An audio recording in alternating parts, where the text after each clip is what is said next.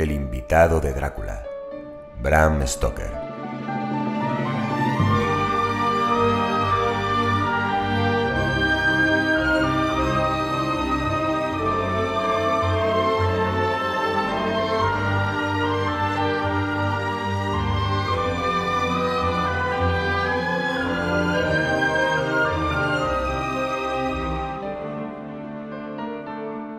Cuando iniciamos nuestro paseo, el sol brillaba intensamente sobre Múnich y el aire estaba repleto de la alegría propia de comienzos de verano. En el mismo momento en que íbamos a partir, Herr Delbrück, el maître del hotel 4 Estaciones donde me alojaba, bajó hasta el carruaje sin detenerse a ponerse el sombrero y tras desearme un placentero paseo, le dijo al cochero, sin apartar la mano de la manija de la puerta del coche: No olvide estar de regreso antes de la puesta del sol. El cielo parece claro, pero se nota un frescor en el viento del norte que me dice que puede haber una tormenta en cualquier momento. Pero estoy seguro de que no se retrasará, pues ya sabe qué noche es. Johann le contestó con un enfático Ja, mein Herr. y llevándose la mano al sombrero, se dio prisa en partir.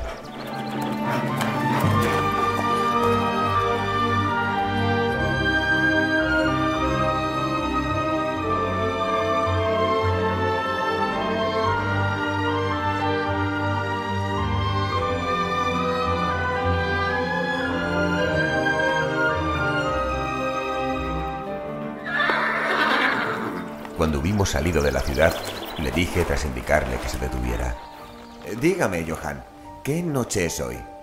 Se persignó al tiempo que contestaba lacónicamente Walpurgisnacht. y sacó su reloj.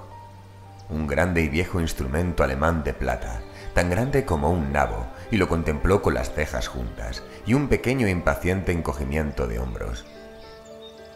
Me di cuenta de que aquella era su forma de protestar respetuosamente contra el innecesario retraso, y me volví a recostar en el asiento, haciéndole señas de que prosiguiese.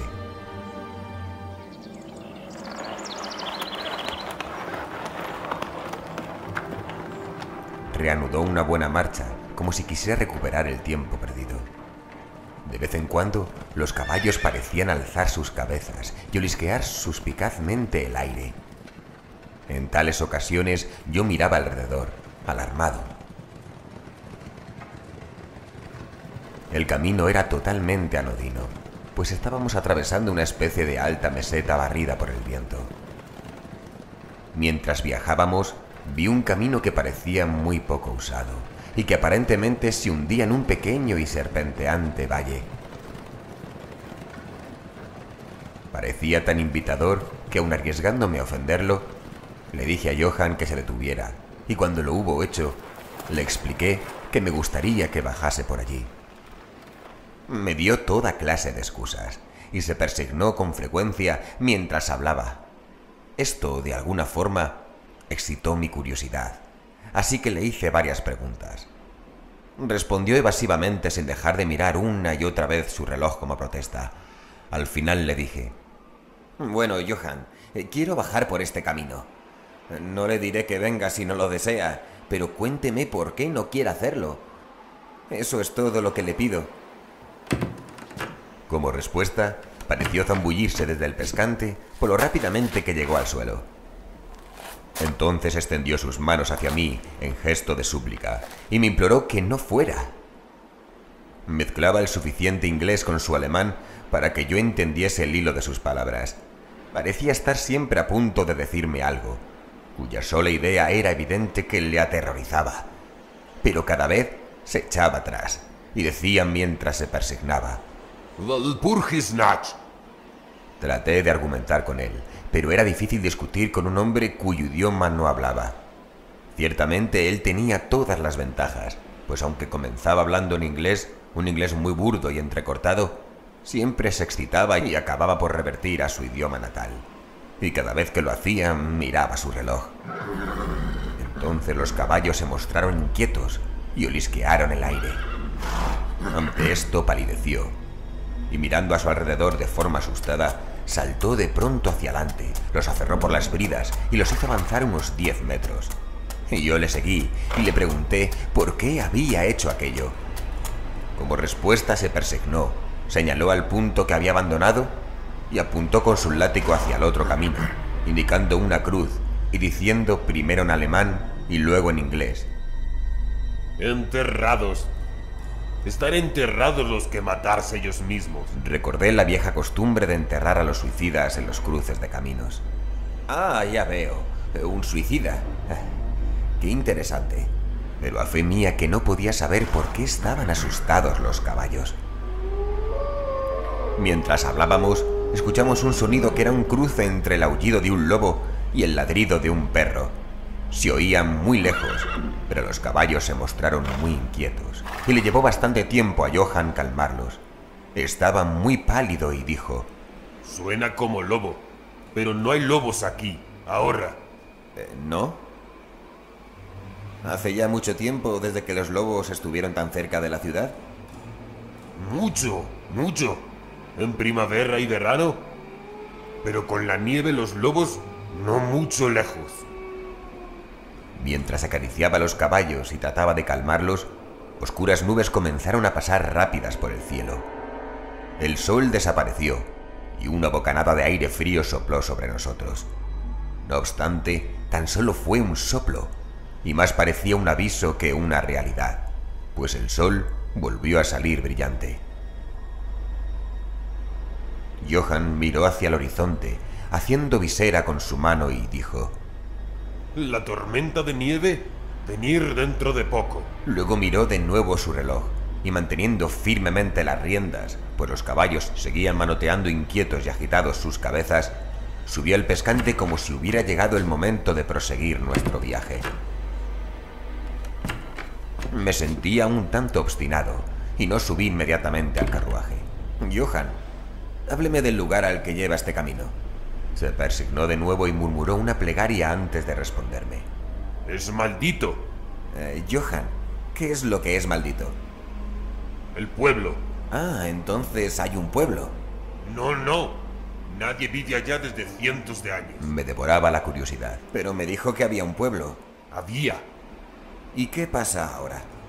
Como respuesta, se lanzó a desgranar una larga historia en alemán y en inglés, tan mezclados que casi no podía comprender lo que decía, pero a grandes rasgos logré entender que hacía muchos cientos de años habían muerto allí personas y que habían sido enterradas. Y se habían oído ruidos bajo la tierra, y cuando se abrieron las fosas se hallaron a los hombres y mujeres con el aspecto de vivos y las bocas rojas de sangre. Y por eso buscaron salvar sus vidas, y sus almas, y aquí se persignó de nuevo. Los que quedaron huyeron a otros lugares donde los vivos vivían, y los muertos estaban muertos y no otra cosa. Evidentemente tenían miedo de pronunciar las últimas palabras. Mientras avanzaba en su narración, se iba excitando más y más. Parecía como si su imaginación se hubiera desbocado, y terminó en un verdadero paroxismo de terror. Blanco el rostro, sudoroso, tembloroso, y mirando a su alrededor, como si esperase que alguna horrible presencia se fuera a manifestar allí mismo, en la llanura abierta, bajo la luz del sol. Finalmente, en una agonía de desesperación, gritó: ¡El Purgisnach! E hizo una señal hacia el vehículo, indicándome que subiera. Pero mi sangre inglesa hirvió ante esto, y echándome hacia atrás le dije: «Tiene usted miedo, Johann. Tiene usted miedo. Regrese, y yo volveré solo. Un paseo a pie me sentará bien». La puerta del carruaje estaba abierta. Tomé del asiento el bastón de roble, que siempre llevo en mis excursiones, y cerré la puerta. Señalé el camino de regreso a Múnich y repetí: «Regrese, Johann. La noche de Walpurgis no tiene nada que ver con los ingleses». Los caballos estaban ahora más inquietos que nunca, y Johann intentaba retenerlos mientras me imploraba excitadamente que no cometiera tal locura. Me daba pena el pobre hombre. Parecía sincero. No obstante, no pude evitar el echarme a reír. Ya había perdido todo rastro de inglés en sus palabras. En su ansiedad, había olvidado que la única forma que tenía de hacerme comprender era hablar en mi idioma, así que chapurreó su alemán nativo. Comenzaba a ser algo tedioso, Tras señalar la dirección, exclamé: ¡Regrese! ¡Regrese! Y me di la vuelta para bajar por el camino lateral hacia el valle. Con un gesto de desesperación, Johann volvió sus caballos hacia Múnich. Me apoyé sobre mi bastón y lo contemplé alejarse. Marchó lentamente por un momento. Luego, sobre la cima de una colina, apareció un hombre alto y delgado. No podía verlo muy bien a aquella distancia.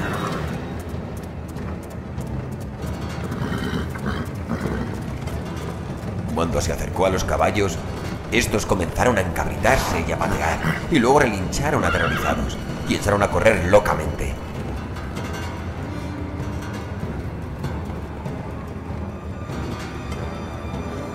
Los contemplé perderse de vista y luego busqué al extraño, pero me di cuenta que también él había desaparecido.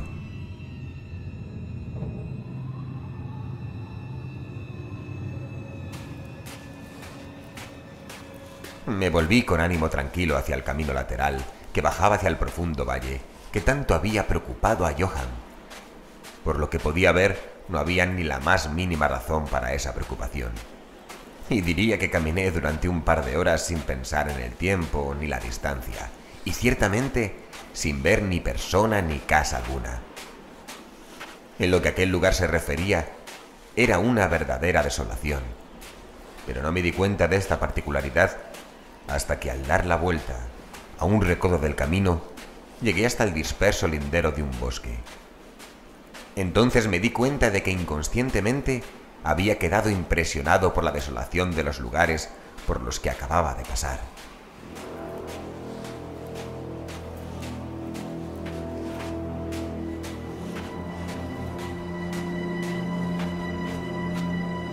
Me senté para descansar y comencé a mirar a mi alrededor. Me fijé en que el aire era mucho más frío que cuando había iniciado mi camino. Parecía rodearme un sonido susurrante, en el que se oía de vez en cuando, muy en lo alto, algo así como un rugido apagado. Miré hacia arriba y pude ver que grandes y densas nubes corrían rápidas por el cielo, de norte a sur, a una gran altura. Eran los signos de una tormenta que se aproximaba por algún lejano estrato de aire. Noté un poco de frío y, pensando que era por haberme sentado tras la caminata, reinicié mi paseo.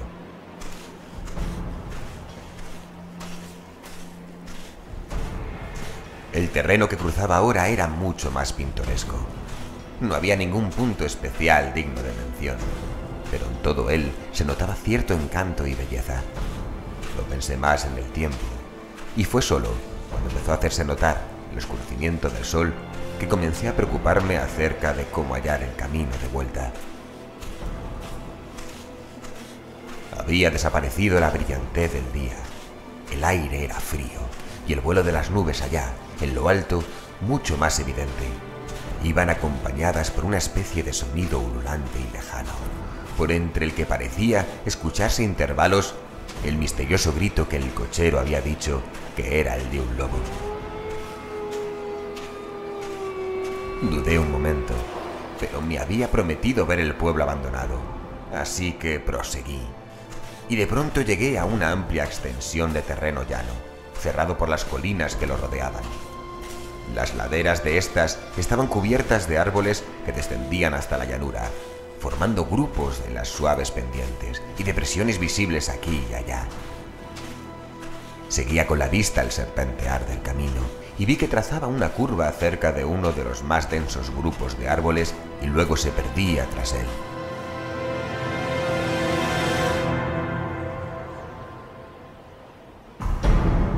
Mientras miraba, noté un hálito helado en el aire y comenzó a nevar. Pensé en los kilómetros y kilómetros de terreno desguarnecido por los que había pasado y me apresuré a buscar cobijo en el bosque de enfrente.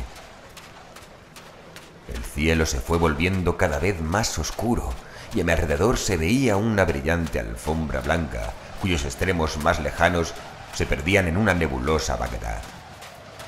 Aún se podía ver el camino, pero mal, y cuando corría por el llano no quedaban tan marcados sus límites como cuando seguía las hondonadas. y al poco me di cuenta de que debía haberme apartado del mismo, pues dejé de notar bajo mis pies la dura superficie y me hundí en tierra blanda. Entonces el viento se hizo más fuerte y sopló con creciente fuerza, hasta que casi me arrastró. El aire se volvió totalmente helado y comencé a sufrir los efectos del frío a pesar del ejercicio.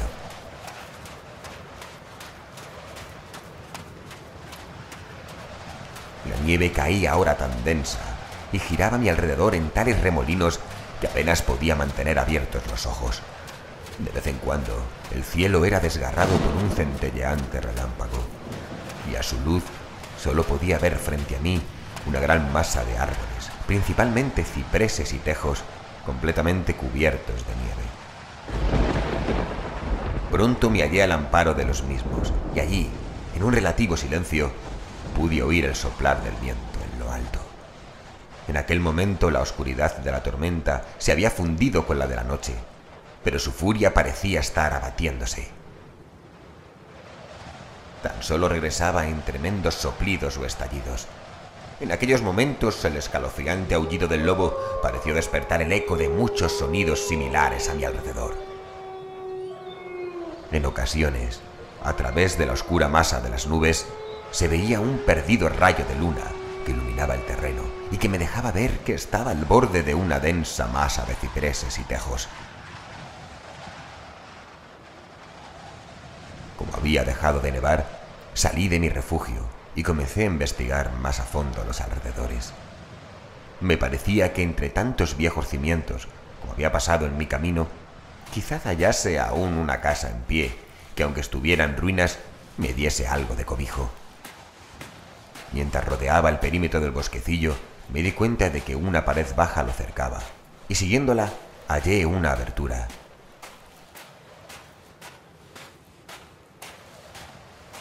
Allí los cipreses formaban un camino que llevaba hasta la cuadrada masa de algún tipo de edificio. No obstante, en el mismo momento en que la divisé, las errantes nubes oscurecieron la luna y atravesé el sendero en tinieblas.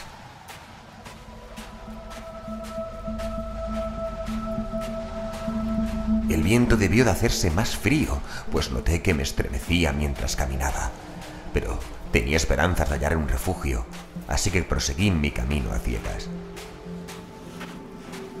Me detuve, pues se produjo un repentino silencio. La tormenta había pasado, y quizá, en simpatía con el silencio de la naturaleza, mi corazón pareció dejar de latir. Pero eso fue tan solo un momento, pues repentinamente la luz de la luna se abrió paso por entre las nubes, mostrándome que me hallaba en un cementerio y que el objeto cuadrado situado frente a mí era una enorme tumba de mármol, tan blanca como la nieve que lo cubría todo.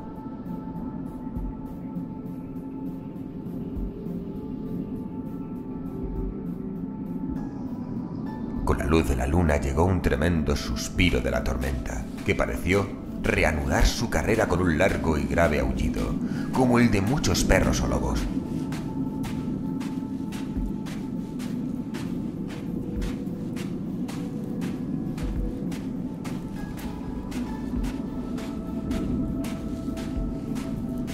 Me sentí anonadado y noté que el frío me calaba hondo hasta parecer aferrarme el corazón. Entonces, mientras la oleada de luz lunar seguía cayendo sobre la tumba de mármol, la tormenta dio muestras de reiniciarse, como si quisiera volver atrás. Impulsado por alguna especie de fascinación, me aproximé a la sepultura para ver de quién era o por qué una construcción así se alzaba solitaria en semejante lugar. La rodeé y leí sobre la puerta dórica en alemán: Condesa Dollingen de Graz, en Estiria. Buscó y halló la muerte en 1801. En la parte alta del túmulo, y atravesando aparentemente el mármol, pues la estructura estaba formada por unos pocos bloques macizos, se veía una gran vigueta o estaca de hierro. Me dirigí hacia la parte de atrás y leí, esculpida con grandes letras cirílicas: «Los muertos viajan deprisa». Había algo tan extraño y fuera de lo usual en todo aquello que me hizo sentir mal y casi desfallecí. primera vez empecé a desear haber seguido el consejo de Johan. Y en aquel momento me invadió un pensamiento que en medio de aquellas misteriosas circunstancias me produjo un terrible estremecimiento. Era la noche de Walpurgis, Walpurgisnacht. La noche de Walpurgis, en la que según las creencias de millones de personas, el diablo andaba suelto, en la que se abrían las tumbas y los muertos salían a pasear, en la que todas las cosas maléficas de la tierra, el mar y el aire celebraban su reunión.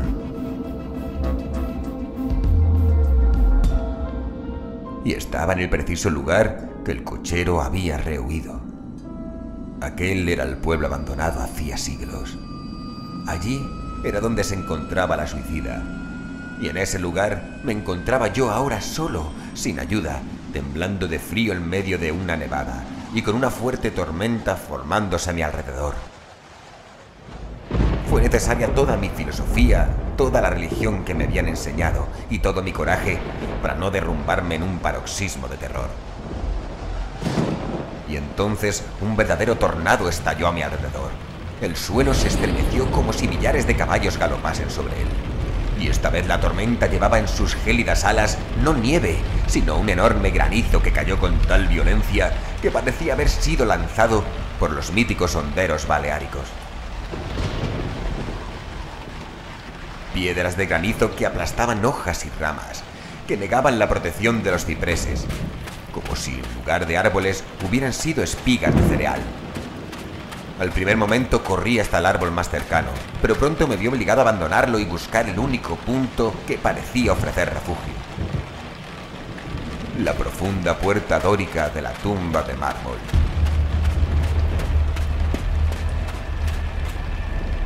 Allí, acurrucado contra la enorme puerta de bronce, conseguí una cierta protección contra la caída del granizo, pues ahora solo me golpeaba al rebotar contra el suelo y los costados de mármol.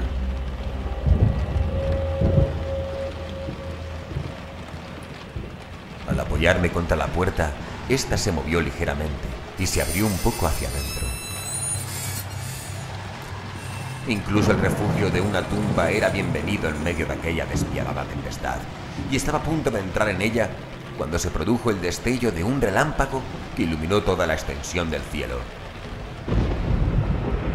En aquel instante, lo juro por mi vida, vi, pues mis ojos estaban vueltos hacia la oscuridad del interior, una bella mujer de mejillas sonrosadas y rojos labios, aparentemente dormida sobre un féretro. Mientras el trueno estallaba en lo alto, fui atrapado como por la mano de un gigante y lanzado hacia la tormenta. Todo aquello fue tan repentino que antes de que me llegara el impacto, tanto moral como físico, me encontré bajo la lluvia de las piedras. Al mismo tiempo tuve la extraña y absorbente sensación de que no estaba solo. Miré hacia el túmulo y en aquel mismo momento se produjo otro cegador relámpago que pareció golpear la estaca de hierro que dominaba el monumento y llegar por ella hasta el suelo, resquebrajando, desmenuzando el mármol como un estallido de llamas. La mujer muerta se alzó en un momento de agonía, la vida por las llamas, y su amargo alarido de dolor fue ahogado por el trueno. La última cosa que oí fue esa horrible mezcla de sonidos, pues de nuevo fui aferrado por la gigantesca mano y arrastrado mientras el granizo me golpeaba y el aire parecía reverberar con el aullido de los lobos. La última cosa que recuerdo fue una vaga y blanca masa movediza, como si las tumbas de mi alrededor hubieran dejado salir los amortajados fantasmas de los muertos, y estos me estuvieran rodeando en medio de la oscuridad de la tormenta de granizo. Gradualmente volvió a mí una especie de confuso inicio de consciencia, luego una sensación de cansancio aniquilador. Durante un momento no recordé nada, pero poco a poco volvieron mis sentidos. Los pies me dolían espantosamente y no podía moverlos. Parecían estar dormidos. Notaba una sensación gélida en mi nuca y a lo largo de toda mi espina dorsal, y mis orejas, como mis pies, estaban muertas y sin embargo me atormentaban.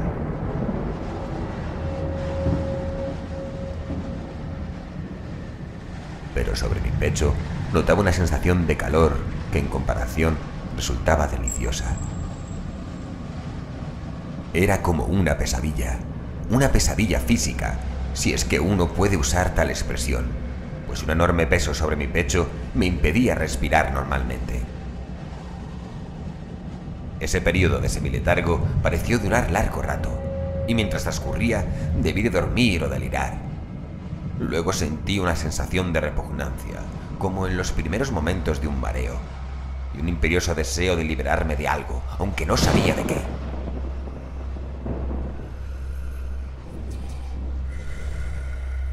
Me rodeaba un descomunal silencio, como si todo el mundo estuviese dormido o muerto, roto tan solo por el suave jadeo de algún animal cercano.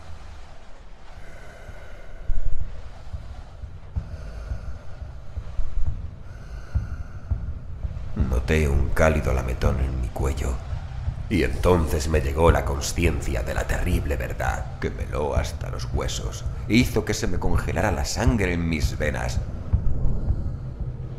Había algún animal recostado sobre mí, y ahora lamía mi garganta. No me atreví a agitarme, pues algún instinto de prudencia me obligaba a seguir inmóvil. Pero la bestia pareció darse cuenta de que se había producido algún cambio en mí, pues levantó la cabeza. Por entre mis pestañas vi sobre mí los dos grandes ojos llameantes de un gigantesco lobo.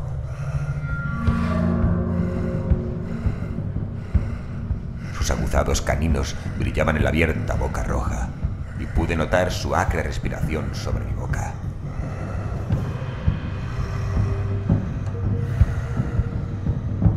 Durante otro periodo de tiempo lo olvidé todo. Luego escuché un gruñido, seguido por un aullido, y luego otro y otro. Después, aparentemente muy a lo lejos, escuché como muchas voces gritando al unísono. Alcé cautamente la cabeza y miré en la dirección de la que me llegaba el sonido, pero el cementerio bloqueaba mi visión. El lobo seguía aullando de una extraña manera, y un resplandor rojizo comenzó a moverse entre los cipreses, como siguiendo el sonido. Cuando las voces se acercaron, el lobo aulló más fuerte y más rápidamente. Yo temía hacer cualquier sonido o movimiento. El brillo rojo se acercó más por encima de la alfombra blanca que se extendía en la oscuridad que me rodeaba. Y de pronto, de detrás de los árboles, surgió al trote una patrulla de jinetes llevando antorchas. El lobo se apartó de encima de mí y escapó por el cementerio. ¡Acertado! ¡Ahí hay algo! ¡Agazapado! Vi como uno de los jinetes, soldados según parecía por sus gorras y sus largas capas militares, alzaba su carabina y apuntaba. ¡Es un hombre! Un compañero golpeó su brazo hacia arriba y escuché cómo la bala zumbaba sobre mi cabeza.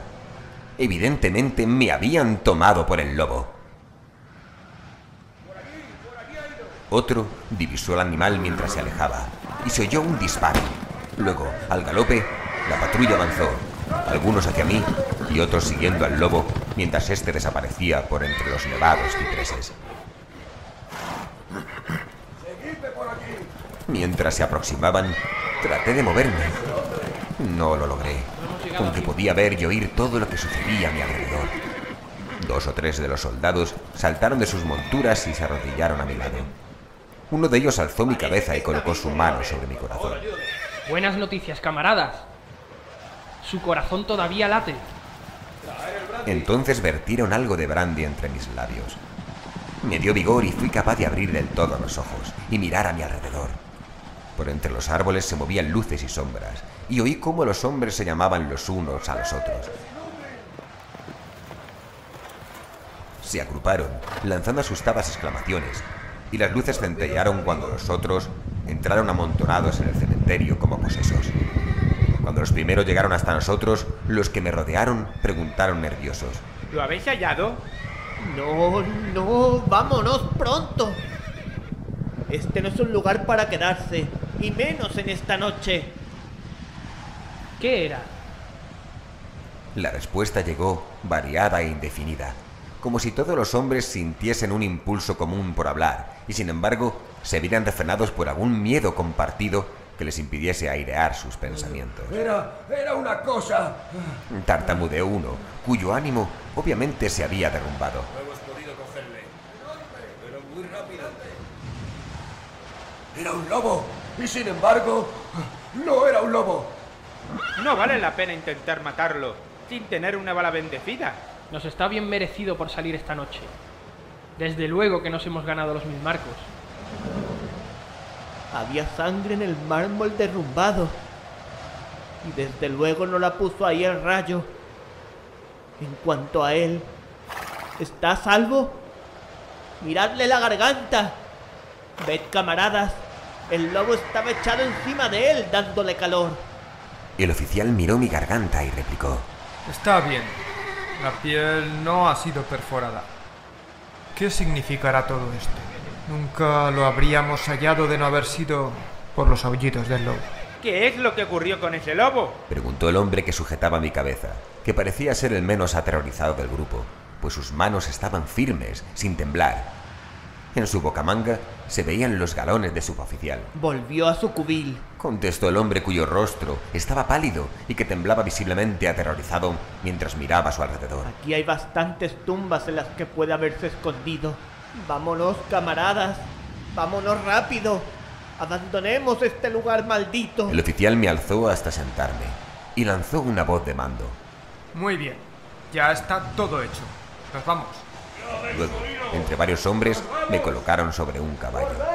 Saltó a la silla tras de mí, me sujetó con los brazos y dio la orden de avanzar, dando la espalda a los cipreses, cabalgando rápidamente en formación.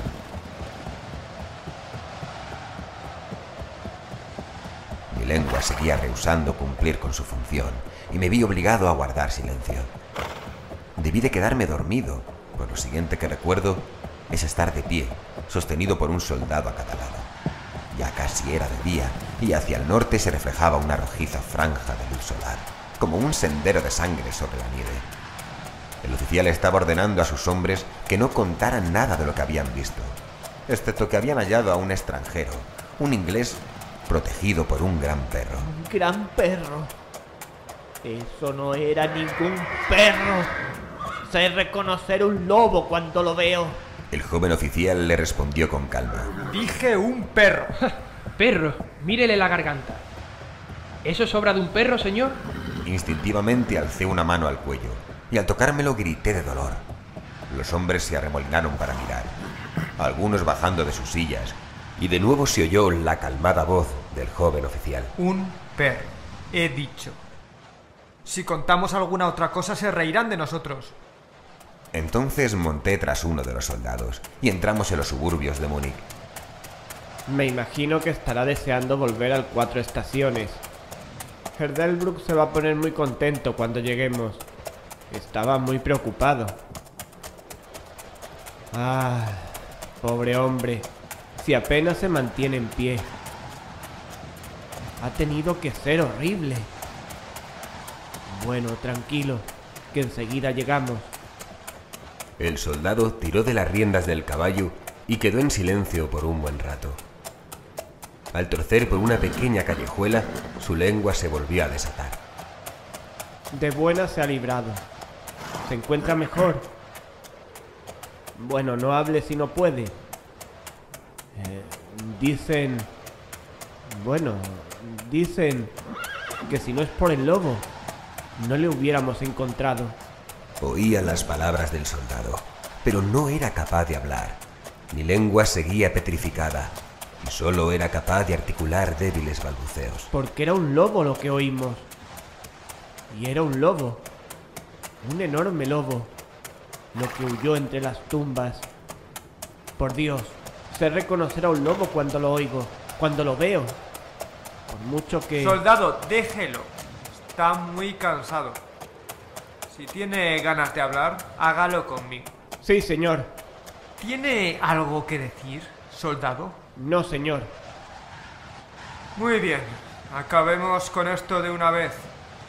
Vamos. En los suburbios encontramos un carruaje, al que me subieron y me llevó al 4 estaciones.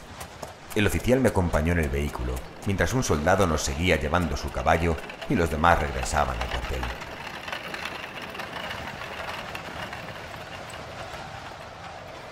Cuando llegamos, el Delbruck bajó tan rápidamente las escaleras para salir a mi encuentro que se hizo evidente que había estado mirando desde dentro. Me sujetó con ambas manos y me llevó solícito al interior.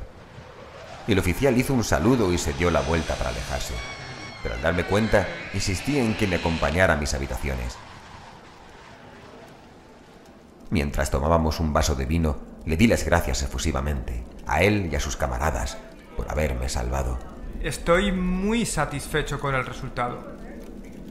Verle con vida y sano es suficiente para nosotros.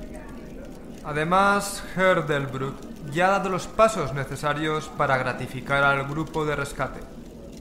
Ante esa ambigua explicación del maître del hotel, sonrió, mientras el oficial se excusaba, alegando tener que cumplir con sus obligaciones, y se retiraba. Pero, Herr Delbruck, ¿cómo y por qué me buscaron los soldados? Se encogió de hombros, como no dándole importancia a lo que había hecho, y replicó. Tuve la buena suerte de que el comandante del regimiento en el que serví me autorizara a pedir voluntarios. ¿Pero cómo supo que estaba perdido? El cochero regresó con los restos de su carruaje que resultó destrozado cuando los caballos se desbocaron. ¿Y por eso envió un grupo de soldados en mi busca? Oh, no. Pero antes de que llegase el cochero, recibí ese telegrama del boyardo de quien es usted huésped. Y sacó del bolsillo un telegrama que me entregó y lo leí. Tenga cuidado con mi huésped. Su seguridad me es preciosa. Si algo le ocurriera o lo echasen a faltar, no ahorre medios para hallarle y garantizar su seguridad. Es inglés y por consiguiente aventurero. A menudo hay peligro con la nieve y los lobos y la noche. No pierda un momento si teme que algo le haya ocurrido. Respaldaré su celo con mi fortuna. Drácula.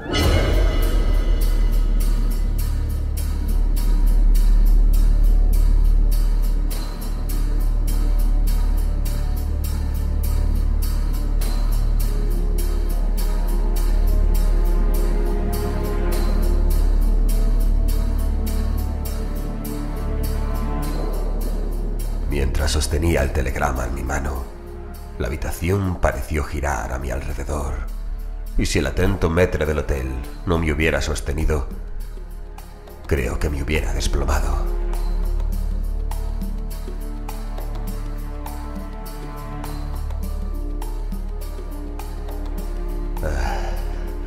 Había algo tan extraño en todo aquello, algo tan fuera de lo corriente e imposible de imaginar, que me pareció ser, en alguna manera, el juguete de enormes fuerzas.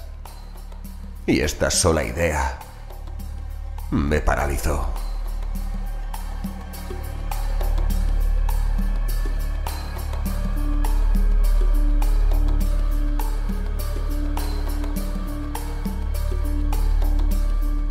Ciertamente me hallaba bajo alguna clase de misteriosa protección. Desde un lejano país había llegado, justo a tiempo, un mensaje que me había arrancado del peligro de la congelación y de las mandíbulas del lobo.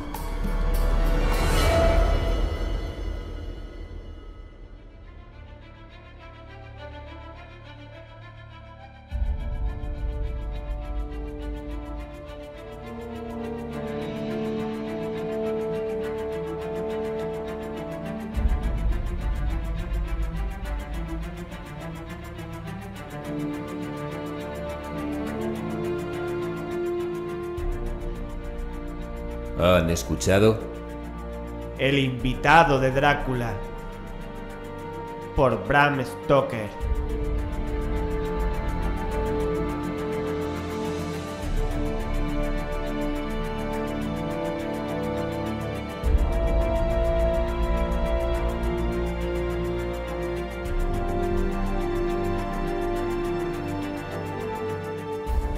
En este relato han participado Miguel Ángel Pulido como protagonista, narrador, Johan y soldados.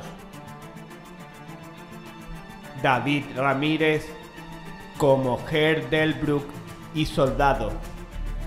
Raúl Lacasa Lázaro como oficial. Daniel Pardo como soldado. Antonio Reverte Lucena como soldado. Jordi San Nicolás como soldado. Jordi Armisen como Drácula.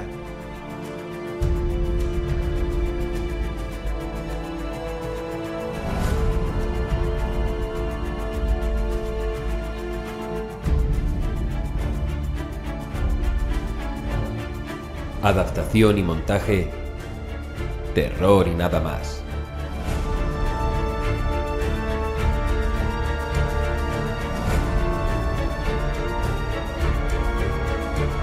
Esta ha sido una producción Terror y nada más. Terror y nada más 2013.